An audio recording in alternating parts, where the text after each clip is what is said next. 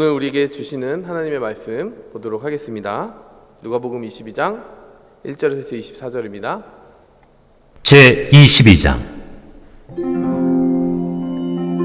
유월절이라 하는 무교절이 다가오매 대제사장들과 서기관들이 예수를 무슨 방도로 죽일까 궁리하니 이는 그들이 백성을 두려워함이더라. 12 중에 하나인 가룟인이라 부르는 유다에게 사탄이 들어가니 이에 유다가 대제사장들과 성전 경비대장들에게 가서 예수를 넘겨줄 방도를 의논하매 그들이 기뻐하여 돈을 주기로 언약하는지라. 유다가 허락하고 예수를 무리가 없을 때에 넘겨줄 기회를 찾더라. 유월절 양을 잡을 무교절 날이 이른지라 예수께서 베드로와 요한을 보내시며 이르시되 가서 우리를 위하여 유월절을 준비하여 우리로 먹게 하라. 어디서 준비하기를 원하시나이까? 보라, 너희가 성내로 들어가면 물 한 동이를 가지고 가는 사람을 만나리니 그가 들어가는 집으로 따라 들어가서 그 집 주인에게 이르되 선생님이 내게 하는 말씀이 내가 내 제자들과 함께 유월절을 먹을 객실이 어디 있느냐 하시더라 하라. 그리하면 그가 자리를 마련한 큰 다락방을 보이리니 거기서 준비하라 하시니 그들이 나가 그 하신 말씀대로 만나 유월절을 준비하니라. 때가 이르매 예수께서 사도들과 함께 앉으사 내가 고난을 받기 전에 너희와 함께 이 유월절 먹기를 원하고 원하였노라. 내가 너희에게 이르노니 이 유월절이 하나님의 나라에서 이루기까지 다시 먹지 아니하리라. 이에 잔을 받으사 감사 기도하시고 이것을 갖다가 너희끼리 나누라. 내가 너희에게 이르노니 내가 이제부터 하나님의 나라가 임할 때까지 포도나무에서 난 것을 다시 마시지 아니하리라 하시고 또 떡을 가져 감사 기도하시고 떼어 그들에게 주시며 이것은 너희를 위하여 주는 내 몸이라. 너희가 이를 행하여 나를 기념하라. 저녁 먹은 후에 잔도 그와 같이 하여 이르시되 이 잔은 내 피로 세우는 새 언약이니 곧 너희를 위하여 붓는 것이라. 그러나 보라, 나를 파는 자의 손이 나와 함께 상위에 있도다. 인자는 이미 작정된 대로 가거니와 그를 파는 그 사람에게는 화가 있으리로다. 그들이 서로 묻되 우리 중에서 이 일을 행할 자가 누구일까 하더라. 또 그들 사이에 그중 누가 크냐 하는 다툼이 난지라 예수께서 이르시되 네.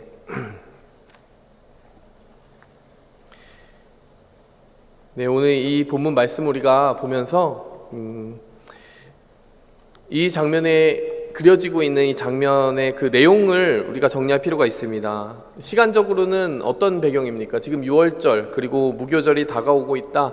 자, 이것을 우리가 보게 되면 이제 무엇을 감지해야 됩니까? 유월절 어린 양으로 오신 예수님이 그 구약의 모든 예언을 성취하시고 이제 동물 제사로 상징되던 하나님과 그 이스라엘 백성들 사이의 언약을 갱신하는 일이 벌어질 것이다. 어려운 말인데요. 그동안은 동물의 제사를 통해서 우리의 죄 씻음을 받을 수 있다 이러면서 이스라엘과 하나님 사이의 그 화목 관계가 이루어져 왔었어요. 하지만 하나님께서는 동물 제사가 한 번이라도 영구적으로 우리의 죄를 해결할 수 있는 어떤 근본적인 해결책이라고 생각하신 적이 없습니다. 사실 그 동물의 제사는 무엇을 가리키고 있었던 것입니까? 우리를 위하여 단번에 자기를 드려 죽으실 순전하고 온전하신 독생자 예수 그리스도의 희생을 가리키는 예표였던 것이에요. 예고편이었던 것이에요. 그렇기 때문에 이제 이 유월절이 오게 되면요, 그동안 유월절에 죽어왔던 그 수많은 어린 양은 더 이상 죽을 필요가 없는 것이죠. 왜냐, 그 유월절 어린 양이 가리키고 있던 참된 유월절 어린 양이신 예수님이 이제 십자가 위에서 자기를 들여서 우리의 죄를 완전히 씻어주시고 하나님과 우리 사이를 잇는 영원한 다리가 되어주실 것이기 때문입니다. 지금 6월절이라 하는 무교절이 다가오매 라는 1절의 이 말씀을 통해서 우리는 그때가 다가오고 있구나, 예수님이 십자가 지실 그때가 다가오고 있구나 라고 하는 것을 느끼게 되는 것입니다. 이제 그 전에 항상 6월절을 기리는 그 유대인들은 떡을 나누고 포도주를 나누는 그런 시간을 가졌어요. 여러분, 이것이 예수 그리스도께서 새롭게 뭔가 제정하신 게 아니라요. 무슨 말이냐? 여러분, 유대인들도 6월절에 포도주를 나누고 떡을 나눴다는 사실 아십니까? 그것이 이미 구약 성경에서부터 하나님이 예고해 주신 것이죠. 예수님이 하실 일을 이렇게 촘촘하게 구약 성경에 이미 넣어두셨다는 것이 얼마나 신기한 일입니까? 그래서요, 예수님께서 이제 그 마지막 만찬 석상에서 떡을 나누고 포도주를 나누는 그것을 준비하자라고 하시고 제자들과 함께 그 자리에 앉아서 떡을 떼고 잔을 나누는 것이 오늘의 이야기였습니다. 여러분, 이 시간을 우리는 한마디로 예수님께서 십자가 전에 마지막 제자들과 함께 가지는 오붓한 시간이라고 묘사할 수 있을 것이고, 십자가를 준비하며 마음을 가다듬는 시간이라고 할 수 있을 것입니다. 십자가를 준비하는 시간이라고 이야기할 수 있을 것입니다. 하지만요, 여러분, 이 본문 말씀을 곰곰이 묵상하고 살펴보게 되면요, 우리는 이 시간이 단순히 십자가를 준비하는 시간이 아니었음을 알게 돼요. 왜 그런지 아십니까? 예수님은 이미 지금 이 본문 22장 곳곳에서요, 십자가를 이미 지고 계십니다. 이게 무슨 말이냐? 여러분, 십자가를 진다는 것을 우리가 협소하게 정의를 하면 십자가를 진다는 것은 어떤 이미지하고 연결이 되어 있습니까? 피 흘리고 고난받고 복음 때문에 박해를 받고, 여러분, 그런 것이 십자가를 지고 가는 삶의 전부라고 하면요, 여러분, 우리는 십자가 질 기회가 보통 잘 오지 않는 것 같아요. 평안하게 믿음 생활해도 그렇게 큰 고난과 박해 없이 살아갑니다. 그럼 우리는 십자가와 상관없이 살아가는 것입니까? 그러나 여러분, 십자가의 의미를 조금 더 넓게 생각한다면요, 십자가를 지는 삶이란 하나님의 뜻을 이루기 위해 나의 뜻을 꺾고 복종시키고 죽이는 그 모든 삶을 십자가의 삶이라고 정의해야 되는 것이에요. 그런 의미에서 오늘 이 본문 말씀은요, 이미 예수님이 십자가의 그 걸음을 시작하셨다는 거 볼 수 있어요. 어떤 의미에서 그렇게 얘기할 수 있습니까? 예수님이 가롯 유다라고 하는 한 핫포테이토, 정말 뜨거운 감자 같은 인물을 그곳에다 두시고, 그 유다가 자기를 팔아 넘긴 채 이미 계약을 맺고 와서 그 자리에 만찬석상에 와 있음에도 불구하고 유다에게 손을 대지 않으시는 거예요. 여러분, 이것이 쉬울 것이라고 생각하세요? 여러분, 배신이 앞으로 이루어질 것이 아니라 이미 그 배신의 계획은 다 맺고 왔어요. 그렇기 때문에 예수님이 이 가룟 유다에게 손을 대지 않으신다는 선택 자체가 뭡니까? 하나님의 뜻에 복종하여 내 뜻을, 내가 살고자 하는 그 생존의 욕망을 꺾고 죽이겠습니다라고 하는 선택을 하는 거예요. 여러분, 예수님이 십자가에서 피 흘리시기 전에 지금 벌써 심한 내적 갈등과 영적 싸움을 이겨가면서 하나님 앞에 복종하고 계시다는 그 점을 우리는 보게 되는 거예요. 십자가는 이미 시작되었습니다. 여러분, 우리에게도 적용할 수 있는 거예요. 여러분, 우리도 작고 사소한 부분에서 유혹을 느낄 때가 있어요. 그럴 때마다 하나님의 기쁨이 되기 위해, 하나님의 뜻에 순종하기 위해서 하나님의 뜻을 앞세우고 내 뜻을 죽이는 선택을 한다면 그것이 하나님 기뻐 받으시는 십자가의 길을 선택하는 제자의 모습이라고 생각할 수 있을 것입니다.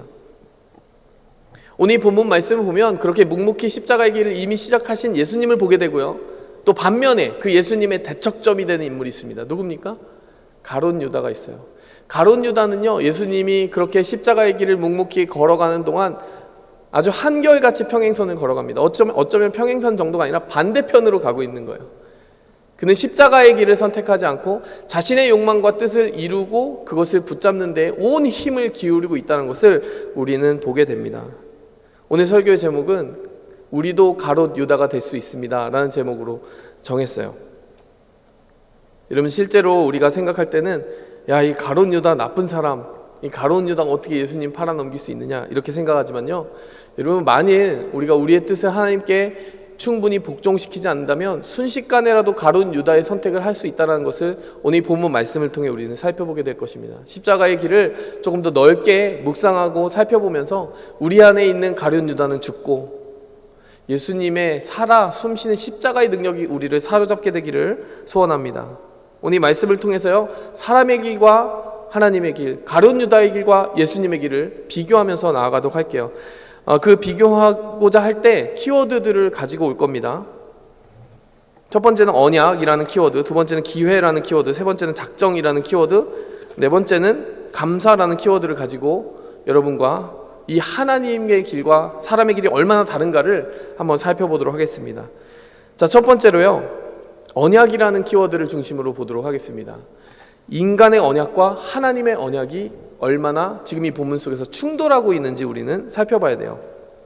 오늘 이 4절 말씀 보시면은 유다가 대제사장들과 성전 경비대장들에게 가서 예수를 넘겨줄 방도를 의논하매 그들이 기뻐하여 돈을 주기로 언약하는지라.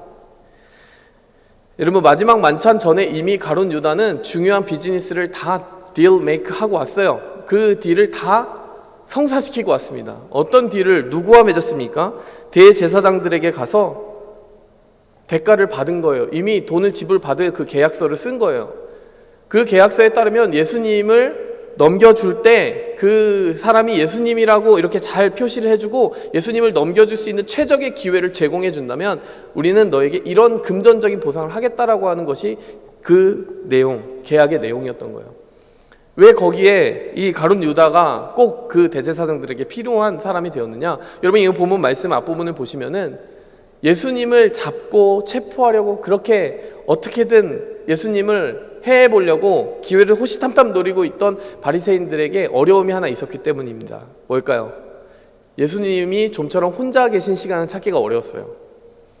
예수님은 낮이 되면은 금방 군중들에게 둘러싸였습니다. 때로는 밤에까지도 찾아오는 그 많은 무리들에 둘러싸였어요. 그 공적인 사역을 바쁘게 진행하시다 보니 이 대제사장들이 예수님을 잡고자 하여도 사람들이 두려워서 잡지 못했다라고 하는 문장을 우리는 심심치 않게 복음서에서 계속 지금 찾아보았습니다. 우리가 이미 기억을 하고 있어요. 그렇다는 말은 이들이 예수님을 잡아서 해야 되겠다는 계획은 이미 세웠으나 그 기회를 찾기가 너무 어렵어요. 사람들을 떠나서 이렇게 프라이빗한 시간을 가지고 있을 때 기습적으로 예수님을 잡아야 되는데 그 시간을 알기가 어렵다는 것이에요. 근데 그 시간을 가장 잘 아는 사람이 누구겠습니까? 예수님의 측근이겠죠. 그렇기 때문에 예수님의 측근 중에 그 시간과 장소를 이렇게 넘겨줄 수 있는 사람이 있다면 그 사람하고 계약을 맺고 싶었을 것입니다. 가룟 유다는 정말 그 일을 감당하기에 가장 최적의 인물이었어요. 그래서 그들은 기뻐하며, 5절에 보니까 기뻐하며 돈을 주기로 언약을 했습니다. 언약이 이렇게 맺어졌어요. 근데 이 누가복음 22장 전체에서 여러분 언약이라고 하는 단어가 또 등장합니다. 어디 등장하죠? 20절 보시기 바랍니다. 저녁 먹은 후에 잔도 그와 같이 하여 이르시되 내 잔은 내 피로 세우는 새 언약이니 곧 너희를 위하여 붓는 것이라. 여러분, 이 감동적인 장면 상상해 보세요. 예수님이 잔을 나눠주시면서 이것이 상징하는 바가 있다. 너희는 지금 모르겠지만 그건 과로입니다. 제자들은 지금 알아채지 못하고 있지만요, 예수님이 잔을 따라주시면서 내가 한 가지 일을 너희를 위해서 하게 될 것인데 그것이 하나님과 너희 사이에 새로운 언약의 다리를 놓게 될 것이야. 내가 너희를 위하여 피 흘릴 것이고 내가 너희를 위하여 내 살을 찢어서 이 빵과 떡이 찢어지듯이 너희를 위하여 살을 찢어 놓을 것이다. 그것이 내가 너희와 맺는, 그리고 하나님이 너희와 맺을 새 언약이다. 여러분, 한마디로 말하면 오늘 이 누가복음 22장을 보는 가운데 우리는 두 가지 언약이 충돌하고 있음을 보게 됩니다. 예수님을 팔아 넘기려는 가룟 유다가 맺은 언약과요, 그리고 예수님이 이 제자들로 하여금 데리고 가셔서 그 피와 떡으로 찢으시면서 맺으신 하나님 아버지와 맺게 하신 그 언약입니다. 여러분, 가룟 유다는 어떤 언약을 맺었어야 되는 것이에요? 당연히 하나님 아버지로부터 이제 마지막으로 맺게 되는 그 영원한 속죄의 언약을 맺어야 되는 거예요. 우리가 죄인으로 이 세상에 왔으나 독생자 예수 그리스도의 흘린 피로 말미암아 우리의 죄 씻음을 받고 하나님의 자녀가 되는 언약만큼 중요한 언약이 어디 있습니까?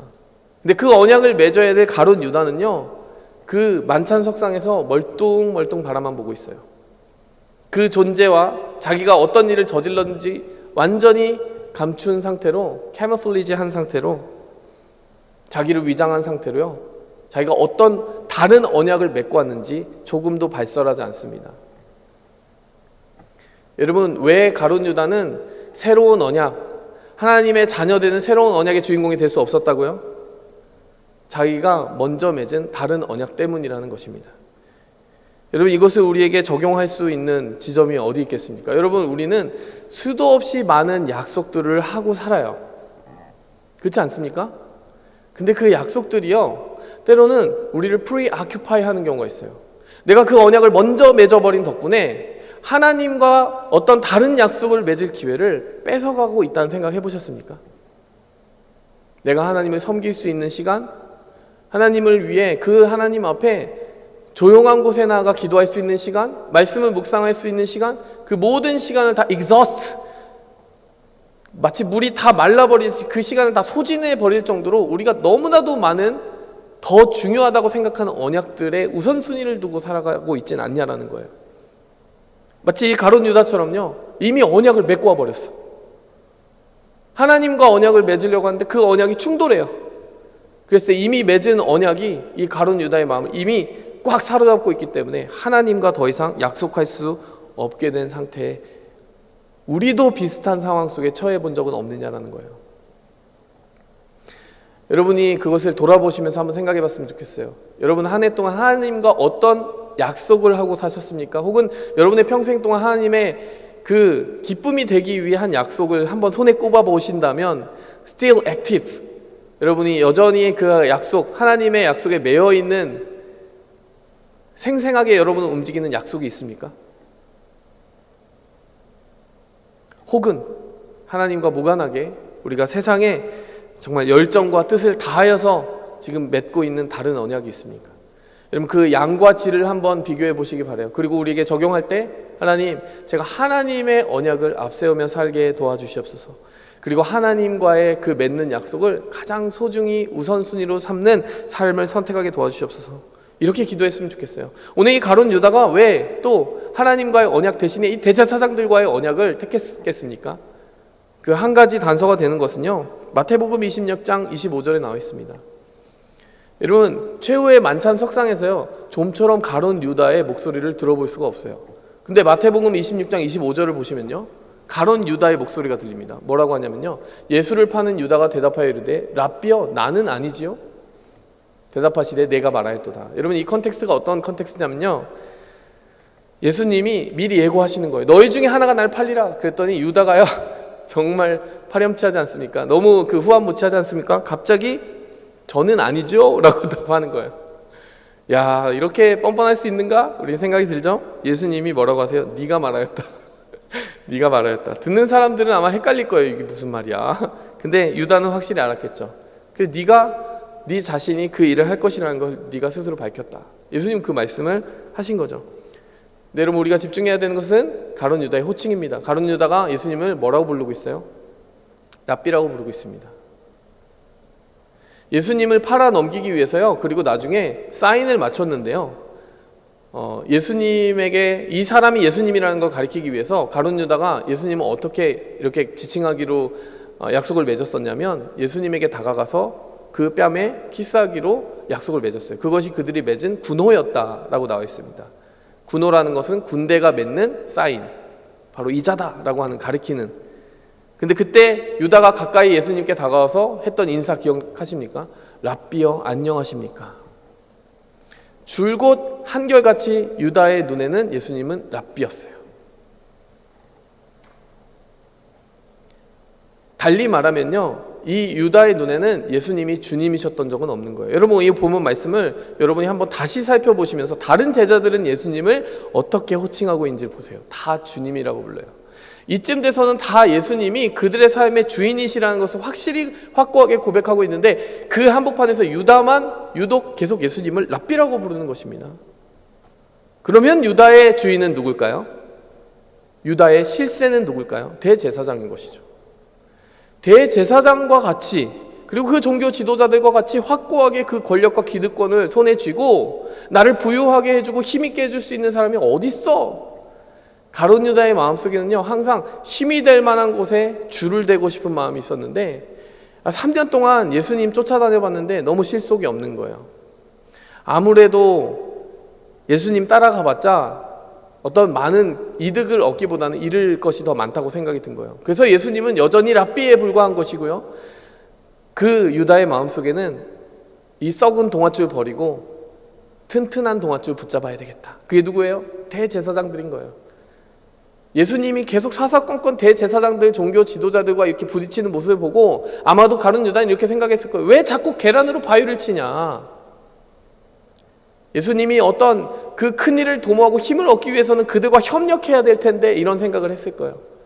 자꾸 불필요한 갈등을 만들고 이렇게 그들의 어떤 치부를 드러내는 예수님의 모습을 보니 가룟 유다는 점점 갈등이 생기기 시작했어요.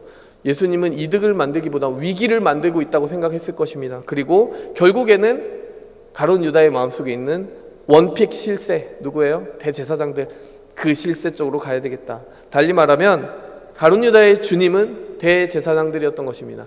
기득권자들이었던 것입니다. 우리가 처음에 키워드를 뭐로 시작했습니까? 누구와 언약을 맺었는가? 누구의 언약이 더 앞서 있는가? 여러분, 예수님과 언약을 맺지 않고 대제사장과 언약을 먼저 맺고 그것을 최후까지 자신의 손에 붙들고 놓지 못했던 이 가룟 유다의 그 타락의 이유는 무엇이라고요? 여러분, 주님에 대한 고백이 잘못되었기 때문이라는 것입니다. 우리는 우리 자신에게 질문해 봐야 돼요. 나에게 있어서 실세는 누구냐? 내가 예수님을 주님이라고 이름으로 고백할지라도 이것은 해야 되는 질문이에요. 때로는 우리가 주님이라고 고백해도 예수님을 랍비 취급할 때가 있어요. 그냥 좋은 말 들으러 오는 거예요. 나의 삶을 예수님께 복종시킬 의지까지는 없는 거예요. 최후 언약은 다른 곳에서 맺는 겁니다. 내 삶을 보장해 주는 것 세상에 있다라고 믿고 예수님께 온전히 언약을 맺지 못한 경우가 있습니다. 우리는 언약을 누구를 향하여 맺고 있는지 물어볼 때 내가 십자가의 길을 걷고 있느냐 아니냐를 분별할 수 있게 되는 것입니다. 두 번째로요, 여러분, 기회라는 키워드를 중심으로 보시기 바랍니다. 이 기회를 어떻게 붙잡느냐를 보면 십자가의 사람인지 아닌지가 드러나요. 인간의 기회를 잡는 방식이 있고요, 하나님이 기회를 잡는 방식이 있습니다. 6절에 보시니까요, 유다가 허락하고 이제 딜 메이킹이 됐어요. 유다가 허락하고 예수를 무리가 없을 때에 넘겨줄 기회를 찾더라. 그 기회는 무엇이에요? 무리가 없을 때, 다른 무리들의 소동이 없을 때, 예수님만 따로 있을 때. 그러니까 대제사장들이 어떤 리스크 테이킹이 없이 편안하게 예수님을 체포해 갈 수 있는 그 한 기회를 찾고 있었어요. 유다는 그렇게 예수님을 넘겨줄 수 있는 기회를 찾고 있었습니다. 그런데요, 여러분, 예수님은요, 그 시각에 다른 기회를 준비하고 계셨어요. 자, 15절. 이르시되 내가 고난을 받기 전에 너희와 함께 이 유월절 먹기를 원하고 원하였노라. 그 앞부분에 보니까요, 여러분, 베드로와 요한을 보내시며 8절에 보니까 이르시되 가서 우리를 위하여 유월절을 준비하여 우리로 먹게 하라. 예수님은 지금 어떤 기회를 붙잡고 계십니까? 이제 이 세상을 떠나기 전에, 십자가 지기 전에 이 제자들과 마지막 만찬 석상에서 그 언약의 체결식을 가질 기회를 찾고 있었어요. 그 유월절이 가지는 어마어마한 의미가 바로 그 하나님의 기회를 그들에게 열어주는 것이었습니다. 구원받을 기회를 열어주는 것이었어요. 너희와 함께 이 유월절 먹기를 원하고 원하였노라. 그러면서요, 16절에 보니까요, 내가 너에게 이르노니 이 유월절이 하나님 나라에서 이루기까지 다시 먹지 아니하리라. 18절에 보니까요, 내가 너에게 이르노니 내가 이제부터 하나님의 나라가 임할 때까지 포도나무에서 난 것을 다시 마시지 아니하리라 하시고, 어떤 분이 이 그 부분에 대해서 이 의미가 궁금하다고 하시더라고요. 의미가 뭐겠습니까? 이것이 오늘 내가 제자들 너희와 가지는 마지막 유월절 상이야. 그 의미는 분명하죠.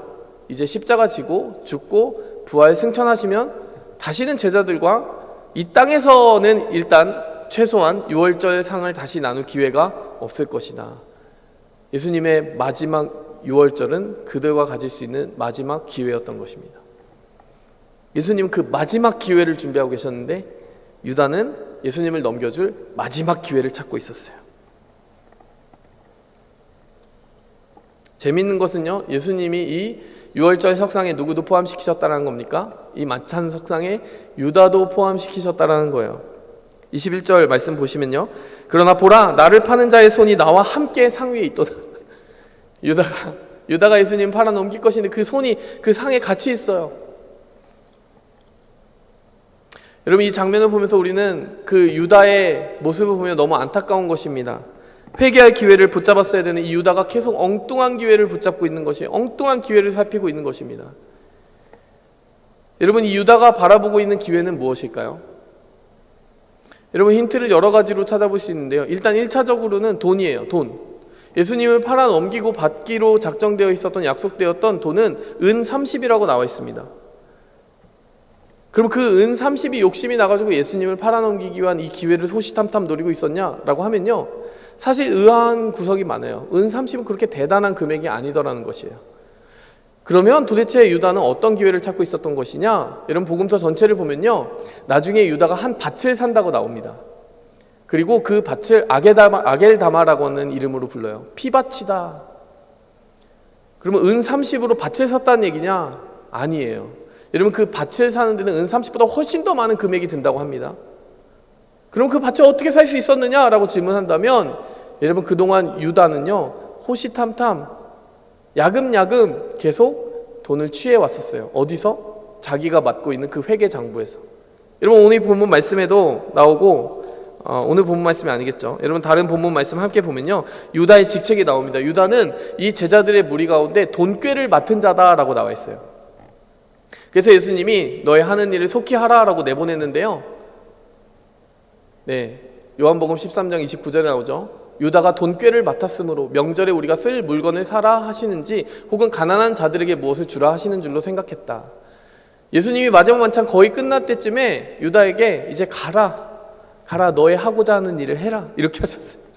근데 다른 제자들은 못 알아들었어요. 이게 무슨 말이지? 못 알아들었어요. 그들의 생각 속에는 이 유다가 돈꾀를 맡은 자였기 때문에, 회계의 역할을 하고 있었기 때문에 그걸로 뭘 사라고 이미 예수님이 지시를 하셨던 걸로 착각을 한 거예요. 근데 다른 본문에는 어떤 이야기가 나오냐면, 유다는 도둑이라 이렇게 나와 있어요. 자기가 맡은 돈꾀에서 돈을 계속 야금야금 가져갔다는 거예요. 자, 큰 그림을 정리해 봅시다. 유다는 회계의 역할을 하고 있었고, 평소부터 돈을 조금씩 가지고 있었어요. 많은 후원금들이 예수님에게 몰려들고 있었던 것 같아요. 거기서 이득을 조금씩 취하는 것이에요. 그리고 오늘 이 마지막에 대제사장과 맺은 그 언약으로 말미암아 여러분 은 30을 더 모으게 되고, 그것으로 무엇을 산다? 부동산을 사는 것이죠.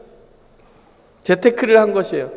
지금까지 유다의 마음은 어디에 있었던 것입니까? 밭에 가 있었던 것이에요. 돈에 가 있었던 것입니다. 그렇다고 예수님 팔아넘길 것까지는 없지 않느냐, 이렇게 생각할 수 있죠. 여러분 그에 대한 답은 어떻게 하시겠어요? 아까 말씀드렸듯이 유다는 굉장히 영리한 사람이에요. 예수님이 그냥 이득이 좀 안 되겠네 정도가 아니라 위험스럽다라고 하는 지점이 온 거예요. 기득권을 다 손에 쥐고 있는 이 대제사장들과 종교 지도자들과 이게 맞붙는 예수님을 보니까, 이 불꽃 튀는 일주일을 보니까요, 도대체 마음이 불안해서 잠을 잘 수가 없는 거예요. 이 이익을 중심으로 선택하고 행하고 이렇게 기회를 보고 있던 유다에게는요, 자기의 기회가 다 사라지는 것 같은 느낌을 받은 거예요. 그래서 예수님은 스탑해야 되겠다. 내가 이제 예수님의 제자였던 그 딱지를 버려야 되겠다. 그리고 영원한 기회를 붙잡아야지. 이 종교 지도자들에게 이쁨을 받아야지. 이 기회를 택한 것이에요. 여러분 단순한 기회가 아니었던 거예요. 그냥 은 30의 기회가 아니라 그가 평소부터 해온 그 모든 삶의 방향성이 그곳을 향하고 있었고, 그 밭을 사고 돈을 추구하고 경제적인 이득을 추구하고, 그러므로 말미암아 얻을 수 있는 생활의 안정, 이 땅의 안정, 그것을 추구하고 있었던 것이 바로 이 유다의 오늘 최후의 선택으로 이어졌다라는 사실입니다.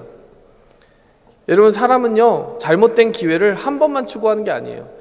어쩌다가 추구하는 거 아니에요. 그냥 실수를 할 수 있습니다. 하지만 이렇게 유다와 같이 근본적으로 그 삶의 방향성이 그곳을 향하고 있으면 여러분 지속적으로 그 방향을 한 걸음씩 가게 돼 있어요.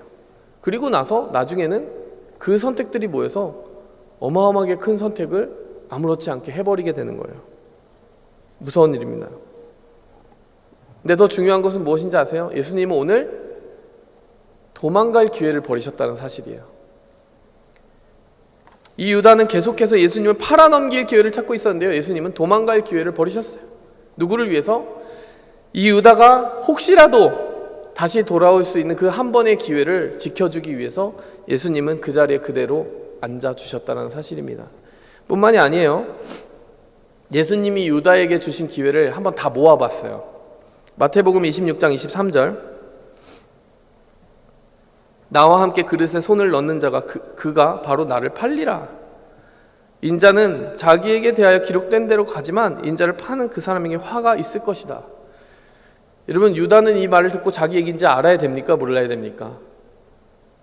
어떤 분은 모를 수도 있지 않아요? 이렇게 얘기하는데 아니에요. 이미 계약을 맺고 왔는데 어떻게 몰라요?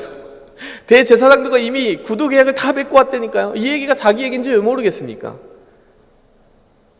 25절, 아까 26장 25절 봤죠? 라삐어 나는 아니지요 대답하시네. 네가 말하였다. 예수님이 계속 지금 포인트아웃 해주시는 거예요. 요한복음 13장을 보시기 바랍니다. 예수께서 이르시되 이미 목욕한 자는 발밖에 씻을 필요가 없느니라. 지금 세족식이에요. 예수님이 제자들 발 씻어주고 계세요. 마지막 만찬 이후에 있었던 사건입니다. 온몸이 깨끗하니라. 그러나 너희가 깨끗하지만 다는 아니다. 너희 중에 깨끗하지 않은 애가 있어. 11절에 보니 그 의미가 뭐냐, 자기를 팔 자가 누군지 예수님이 아셨다라는 거예요. 너희 중에 회개하지 않은 자가 있다. 자, 조금 더 시간이 지나니까요, 13장 18절 여전히 세족식 장면입니다. 내가 너희 모두를 가리켜 말하는 것이 아니다. 나는 내가 택한 자들이 누군지 안다. 내 떡을 먹는 자가 내게 발꿈치를 들였다 하는 성경을 그러나 응하게 할 것이다. 무슨 말입니까? 이 12제자 중에 하나님이 최종적으로 택할 그 11명을 알고 계시고 한 명은 날 배반하게 될 것이라는 것을 예수님이 지금 이 말씀으로 이야기하시는 거예요. 그러면서 이 내 떡을 먹는 자가 내게 발꿈치를 들었다. 이건 시편을 인용한 겁니다. 그 시편의 말씀을 이루기 위해서 나는 그 배반자를 그대로 용납할 것이다. 이 말씀을 하시는 거예요. 19절에 그러면서 이 일이 일어나기 전에 너에게 먼저 다 이 말을 다 스포일하는 이유는 나중에 그 일이 일어났을 때 내가 알고 있었다는 사실을 너희가 깨닫게 하려는 것이다.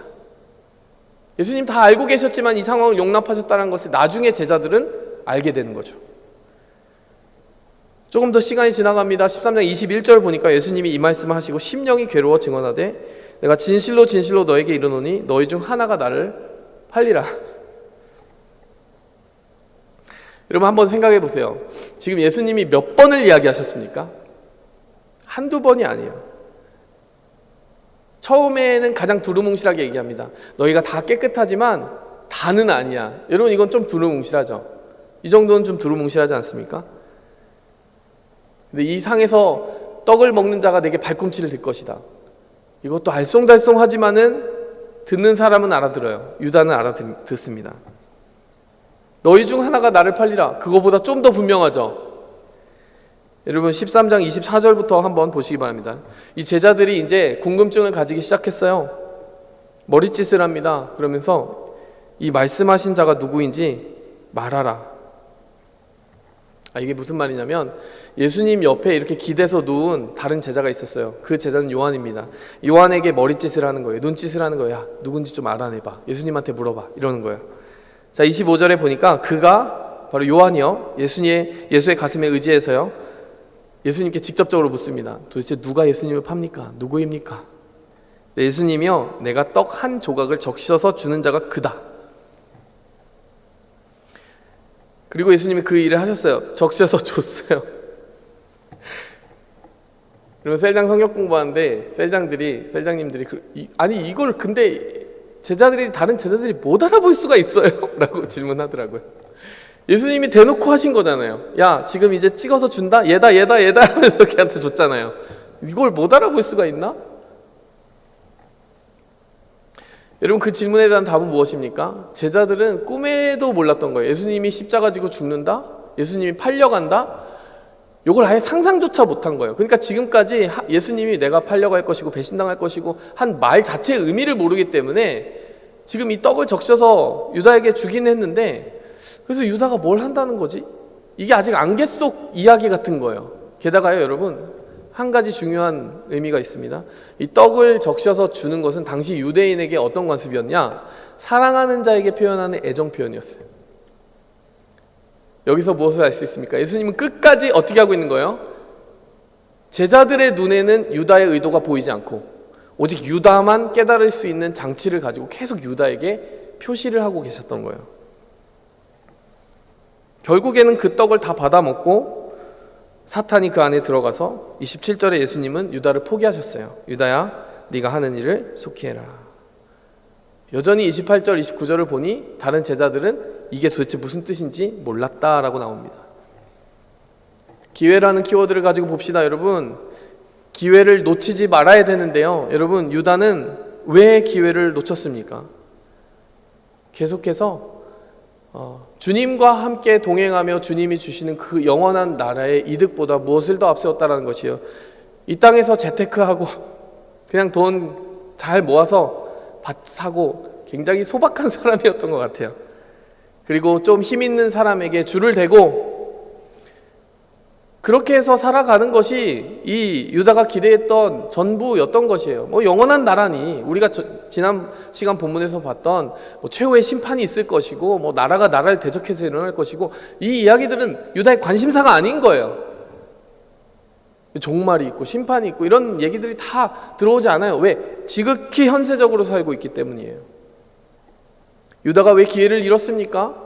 그의 눈에는 현세적인 기회만 보였기 때문이에요. 여러분, 우리는 질문해야 돼요. 우리는 과연 영적인 기회를 추구하는 사람이냐, 아니면 현세적인 기회만 추구하는 사람이냐. 자, 두 번째로 여러분, 이 본문에서 기회 잃어버린 거 유다만 있는 거 아닙니다. 누구도 기회를 잃어버렸습니까? 제자들도 기회를 잃어버렸어요. 깨달아야 되는데 깨닫지를 못해요. 제자들은 왜 기회를 잃어버렸습니까? 오늘 본문 말씀 24절 보시기 바랍니다. 이 비장한 최후의 만찬이 끝나고 24절 누가복음 22장 24절 보니까요. 뭐라고 나오죠? 또 그들 사이에 누가 크냐 하는 다툼이 일어났다. 너무 생뚱맞지 않습니까? 예수님은 굉장히 비장하게 떡을 떼어주시면서 내 살이야, 잔을 주시면서 내 피야, 이렇게 얘기하셨는데요. 그 모임 다 끝나고 세족식도 했어요. 예수님 발도 씻어주셨어요. 그리고 나서 딱 돌아서 가는데요. 누가 큰지 야, 내가 더 커, 내가 더 높은 자리야, 네가 더 낮은 자리야, 이런 다툼이 일어났다는 거예요. 너무 생뚱맞고 이해할 수 없는 장면 아닙니까? 그 장면을 잘 이해하셔야 돼요. 왜 제자들이 그랬겠어요? 제자들은 계속해서 예수님이 뭐가 되실 거라고만 생각하는 거예요. 지금 불과 한 일주일 전에 무슨 일이 있었습니까? 종려나무 주일 때 예수님이 환호를 받으시면서 막 온 예루살렘 성이 들썩이면서 환호를 받으면서 그들이 함께 예수님 낙이 타고 오시는 그 장면을 보았어요. 이제 예수님이 왕이 되시는 거는 순식간이겠구나. 그러면은 뭘 정리해놔야 됩니까? 서열을 정리해놔야 돼. 야, 예수님이 왕이 되시면 말이지, 내가 영의정 할게, 내가 프라임 미니스터야, 이러면서 자리를 정리해놔야 되니까 그들이 미리부터 서열 정리를 하기 위해서 이렇게 누가 큰지를 다툼하는 거예요. 이 제자들이 예수님의 십자가 의미를 깨달을 수 있는 기회를 놓쳤는데 그 기회를 왜 놓쳤다고요? 유다만이 아니라 이들도 역시 현세적인 기회만 계속 탐하고 있었기 때문이에요. 물론 유다처럼 온전히 그것만 추구한 것은 아니고 섞여 있었던 거죠. 예수님이 말씀하시는 영생의 의미도 느꼈어요. 영적인 그 축복도 느꼈습니다. 하지만 그것과 동시에 내가 이 세상에서 붙잡고자 하는 것도 놓칠 수는 없어. 이것과 이것을 다 붙잡고 있었던 사람들이 바로 이 제자들이고, 이 제자들은 그 섞인 마음으로 말미암아 하나님이 주시는 기회를 놓쳤던 것이죠. 여러분, 우리는 적용해 보아야 돼요. 우리에게 불순물이 섞여 있게 되면요, 참된 기회와 계속 우선순위 다툼을 해야 되는 그 끊임없는 영혼의 갈등을 가지게 될 것이고요. 자칫 잘못하면 정말 하나님이 주시는 영적인 축복의 기회를 버리고 아무것도 아닌 하찮은 것에 우리의 인생을 올인해버리는 실수를 저지를 수 있다는 사실입니다. 기회를 잘 붙잡아야 돼요. 그런가 하면 이 기회라는 키워드를 제대로 적용하면 또 한 가지 가르침을 얻게 됩니다. 예수님은 이 자리에서 왜 계속 머물고 계십니까? 유다에게 최후까지 기회가 되어 주시기 위해서. 여러분, 이제 성숙하여 그리스도인이 된 우리가 정말 기회라는 키워드를 붙잡고 적용을 제대로 한다면 이렇게 해야 돼요. 여러분, 기회를 놓치지 말자만 적용하는 게 아니라요, 내가 누군가에게 하나님의 최후의 기회가 될 수 있다면, 여기까지 적용한다면 하나님이 얼마나 기뻐하실까요? 내가 먼저 그 기회를 붙잡은 사람이어야 누군가에게 기회도 될 수 있겠죠. 하지만 내가 기회를 붙잡는 데서 만족하지 않고 정말 내가 누군가에게 기회를 주기 위해 애쓰는 그런 성숙의 단계까지 간다면 하나님이 너무 기뻐하시겠다, 이런 생각이 들어요. 사실 제가 그 모임을 굉장히 많이 늘려놨잖아요. 화요일에도 모임 있고 수요일에도 모임, 목요일, 금요일, 토요일. 제가 왜 그런 그 모임 숫자를 막 늘려놨겠습니까? 하나만 걸려라. 하나만 걸려라. 그 중에 하나라도 올 마음이 생긴다면, 내가 수요일에 여유가 있는 사람은 수요일에 기도 모임 올 것이고, 목요일에 시간 되는 사람은 목요일에 올 것이고, 금요일에 예배 드릴 수 있는 사람은 금요일에 올 것이고, 새벽 묵상에도 있어요. 새벽 묵상에 많이 오면 4명입니다. 그렇지만 저는 새벽 묵상에 이분들에겐 기회다. 예? 어쨌든 기회의 문을 활짝 열어놓고 싶은 거예요. 그래서 정말 여러 횟수를 다 열어놨습니다. 여러분 이런 마음 아닐까요? 예수님은 어찌하든지 마지막까지 기회가 되고 싶어 하셨던 것 같아요. 여러분 우리도 마찬가지로 누군가에게 복음의 기회가 되었으면 좋겠어요. 여러분을 통하여 복음을 들어야 될 사람들이 있습니다. 그 사람들에게 기회가 여러분이 유일할 수도 있는데 그것을 그 입을 닫고 있다면 여러분 그것은 예수님을 슬프게 할 수 있는 일이 아닐까. 자, 세 번째로요, 인간의 작정과 하나님의 작정이 충돌합니다. 22절에 보니까요, 인자는 이미 작정된 대로 가거니와 그를 파는 사람에게는 화가 있으리라. 여러분 작정, 말이 어려운데 쉬운 말로 하면 계획입니다. 여러분 우리는 우리가 계획을 세우고 우리가 계획을 이루고 우리 뜻대로 계획이 이루어지는 삶을 꿈꿔요. 하지만 주님이 우리에게 알려주시고자 하는 더 나은 삶이 있습니다. 그것은 무엇이냐? 하나님의 작정은 무엇입니까? 하나님의 계획은 무엇입니까? 묻는 삶이에요. 여러분 유다는 작정했습니다. 예수님 팔고 더 좋은 줄 잡아서 썩은 동아줄 버리고 새 동아줄 잡아서 한번 부자 돼서 살아보자, 이런 그런 어떤 작정이 있었던 것 같아요. 근데 여러분 사람의 그 작정이 하나님의 작정을 깨뜨리는 것처럼 보였지만 예수님은 뭐라고 말하는 거예요? 결국 그의 뒤틀린 작정도 예수님의 십자가 계획을 이룰 도구에 불과하게 되었을 뿐이다. 슬픈 것은 하나님이 이루신, 그리고 예수님이 이루신 그 계획에 그 작정하신 뜻의 일부가 될 수 없이 소외돼 버린 유다, 안 좋은 의미로 사용돼 버린 유다만 불행하게 된 것이에요. 여러분 우리도 마찬가지입니다. 우리의 작정, 계획 굉장히 분주하게 많은 것을 세울 수 있습니다. 하지만 끊임없이 우리는 물어야 돼요. 하나님, 저의 계획이 하나님의 계획의 일부가 되게 해주세요. 저의 계획이 하나님의 계획과 관계를 맺게 해주세요. 때로는요, 여러분 우리의 계획이 하나님의 계획과 반할 수도 있잖아요. 이 가룟 유다의 일처럼. 그런 일이 생기지 않게 해주시옵소서. 이렇게 기도해야 되지 않겠습니까? 여러분 때로는 우리의 계획이 너무 강해서 하나님의 계획을 밀어내는 경우가 있어요. 예를 들어볼까요? 저는 이런 예가 있습니다. 하나님의 뜻이 무서워서 기도 자체를 하는 게 무서울 때가 있어요. 예전에 그런 적이 많이 있었습니다. 제 소명을 두고 기도할 때 그런 적이 많이 있었어요. 기도하기 전부터 왠지 이런 답을 주실 것 같은 느낌이 막 드는 거예요. 근데 그 답은 제가 싫어하는 답이에요. 그러니 기도하는 것을 미루는 거예요, 계속. 야, 기도하면 하나님이 이렇게 말씀하시겠지? 나 근데 그거는 아직 준비가 안 됐는데 기도를 하기 싫어요. 그래서 여러분 누구의 작정의 일부가 되기 원하십니까? 내 계획은요 잠시만 있다 없어지는 거예요. 그 밭을 사봐야 뭐합니까? 내가 죽고 나면 남의 밭이 돼 있는데. 여러분 영원한 나라에 하나님과 일부 되어 살아가는 그 계획만큼은 버리지 말자는 거예요. 자, 네 번째, 감사라는 키워드를 보세요. 인간의 감사와 하나님의 감사가 결을 달리하고 또 충돌하고 있습니다. 자, 17절 보시기 바랍니다. 이에 잔을 받으사 감사 기도하시고 이것을 갖다가 너희끼리 나누라.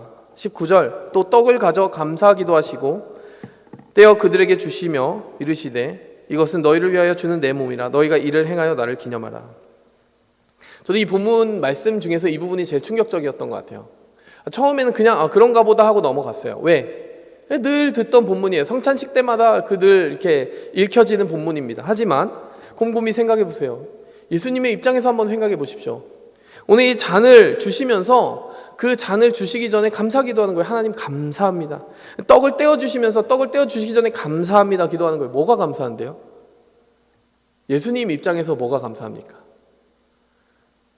내가 피를 흘리게 될 것이 감사하다는 얘기 아니에요. 지금 내 살을 찢어서 너희를 위해서 갈기갈기 찢기고 창에 찔리고 모욕을 당하고 채찍 맞은 그것이 감사하다는 거 아닙니까? 지금 그걸 상징하는 일을 하시면서 그 전에 감사하셨다는 것 자체가 너무 충격적인 거 아니에요? 저의 눈에는 이 본문이 어떻게 들렸는지 아세요?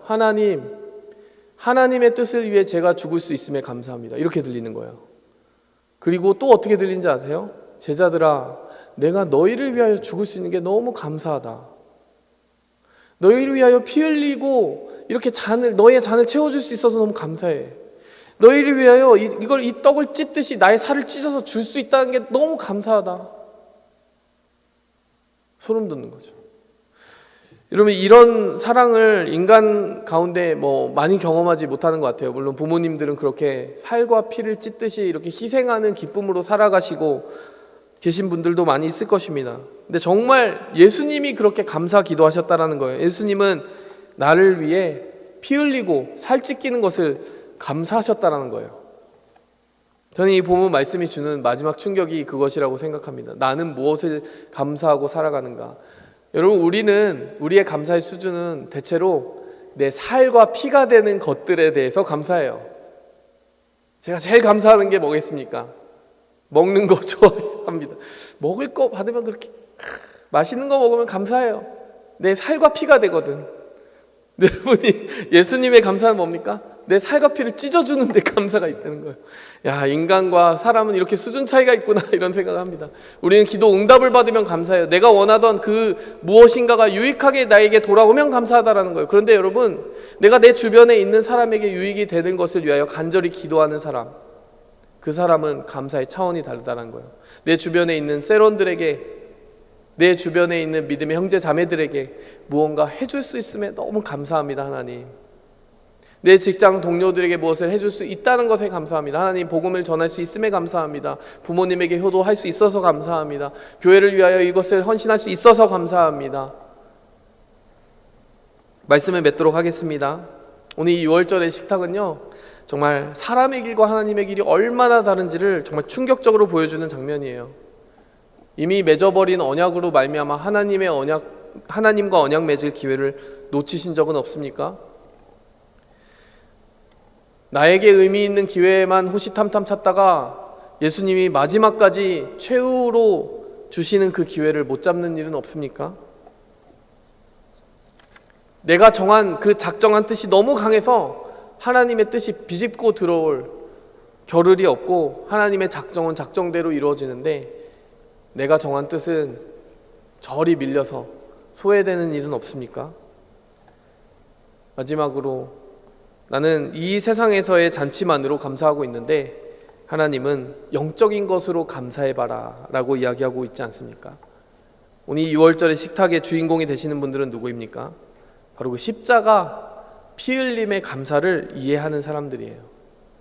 그 언약을, 그 작정을, 그 기회를, 그 감사를 아는 사람입니다. 자, 그 축복이 우리에게 있기 원합니다. 함께 기도하겠습니다.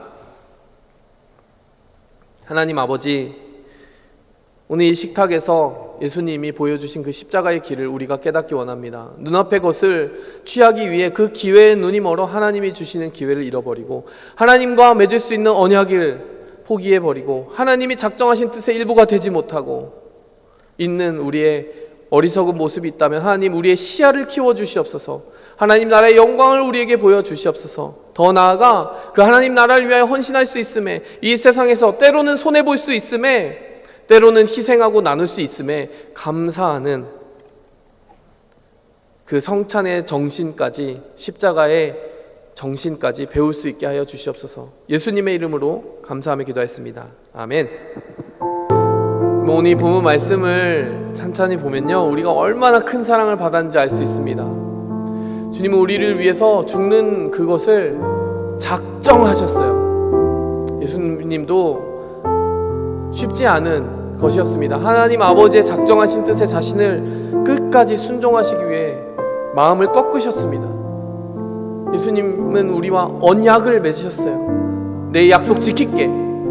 너희를 위하여 내가 내 살과 피를 나눌 약속 지킬게. 예수님은요, 우리를 위해 기회가 되어주시려고 끝까지, 심지어는 유다를 위해서도 기회가 되어주시려고, 때로는 예수님의 등에 칼을 꽂는 우리를 위해서도 기회가 되어주시려고요, 끝까지 자리를 지키셨어요. 예수님은 그래도 감사하다고 하셨어요.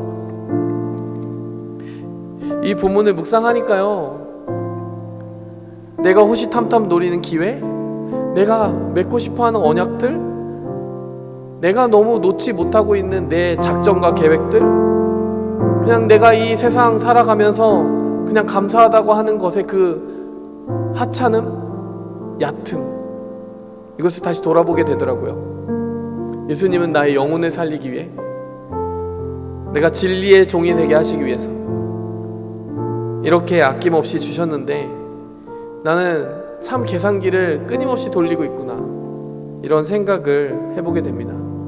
이 시간 우리 함께 기도하겠습니다. 기도할 때요, 감사와 회개가 동시에 나올 것 같아요. 주님, 저를 위해 조금도 계산하지 않으시고 나를 향한 뜻을 작정하여 주시고 그렇게 언약해 주시고 그렇게 희생조차 감사하시는 그 사랑에 너무나 감사합니다. 감사해야 될 것 같고요, 우리가 그러지 못한 부분이 있다면 우리는 주님 앞에, 주님, 저의 작은 그릇을 넓혀 주시옵소서, 회개하며 나아가야 될 줄 믿습니다.